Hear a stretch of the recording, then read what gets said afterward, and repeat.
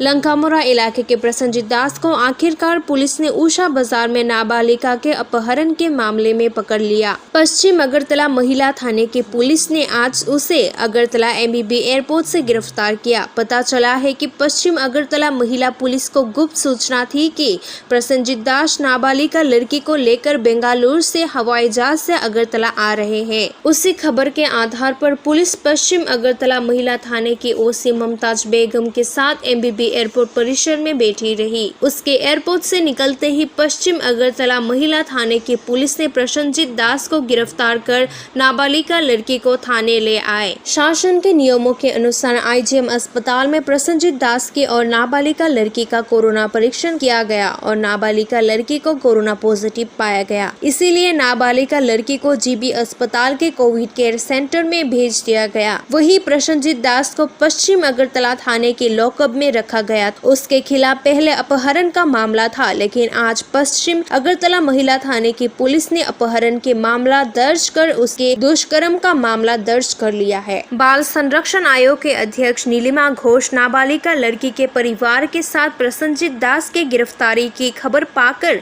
थाने पहुंचे। पुलिस सूत्रों ने बताया कि गिरफ्तार प्रसन्नजीत दास को कल अगरतला जिला सत्र न्यायाधीश की अदालत में भेजा जाएगा। मैडम आज के अपने पिएसए किसের জন্য আসলেন?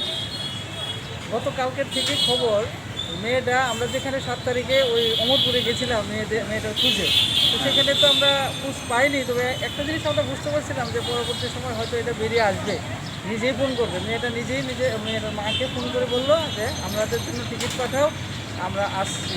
তখন উনি আমাকে জানালো যে আজকে ঠিক 1:35 না কততে ওরা আগরতলা এলো, বেঙ্গালুরু চলে গেছিলো। তো বেঙ্গালুরু থেকে বাবা টিকিট পাঠালো। এখন বাবা টিকিট পাঠিয়ে এখানে আনছে ঠিকই, কিন্তু এখন তো ওনাদের হাতে চলে গেছে, পক্সোতেও পড়বে 161-এ।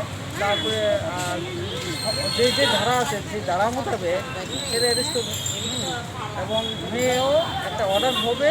হওয়ার পরে যদি প্রয়োজন মেয়ে যদি বলে যে মার কাছে যাব, বাবার কাছে যাব, তাহলে তো যাবে। আর যদি মনে করে যাবে না, তাহলে পিসিপিসির তরফ থেকে যে ওপেন শেল্টার খোলা হয়েছে এই যে ওমেন কমিশনের গ্রাউন্ড ফ্লোরে, ওইখানে হয়তো এক রাতে থাকবে, তারপরে আবার থানায় আসতে লাগবে। তাদের যে ফর্মালিটিস আছে এগুলি করবে, করার পরে তারা ডিসিশন নেবে কে কোথায় থাকবে। তবে ছেলে অ্যারেস্ট হবে এটাই বললো থানার ওসি। এখন বাকিটা ওনারা মেয়েদের ব্যাপারটা ওনারা অর্ডার করলে যদি হয় বাড়িতে, না হয় আমাদের। ছেলেটার নাম কি ম্যাডাম? ছেলেটার নাম প্রসেনজিৎ দাস। আচ্ছা, ওকে কি এখন কি থানাতেই রাখা হয়েছে? এখন এইমাত্র থানাতে মেডিকেল করাতে মেয়েটাকে নিয়ে গেছে ছেলেটাকে, এরপরে আবার মেডিকেল করাবে। এইসব প্রসেসিং করতে করতে হয়তো সন্ধ্যা হবে, তখন ছেলেকে জেল হাজতে ঢোকাবে এবং মেয়েকে মেয়ের মার কাছে কিংবা ওপেন সেন্টার যেটা ভালো হয় সেটাতেই ওনারা অর্ডার করবে, এটা আমার বলা আছে।